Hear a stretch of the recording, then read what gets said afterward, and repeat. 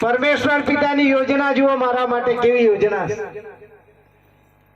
પરમેશ્વર પિતાએ યોજના ઘડી અને મને ગુજરાત સરકારના મંત્રી પણ બનાવ્યા.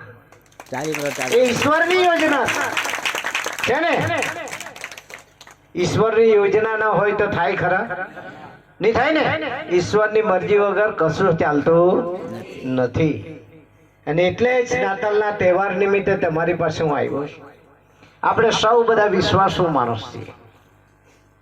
વિશ્વાસુ છીએ ને કે નથી? પ્રભુ પર વિશ્વાસ પૂરેપૂરો છે ને? વિશ્વાસુ માણસ હોય તો આપણે બધાએ જ વિશ્વાસથી આગળ વધવું જોઈએ. એસાયા બુદ્ધાગે એક ભવિષ્યવાણી કરી છે.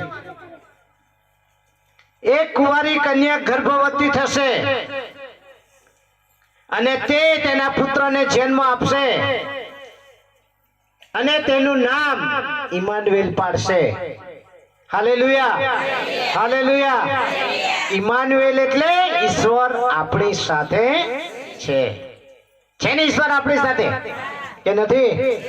બધાની પાસે છે, બધાને વિશ્વાસ છે. એટલે મિત્રો, નાતાલની વાત કરવા જઈએ તો આખી રાત કરીએ ને તોય પૂરી નહીં થાય.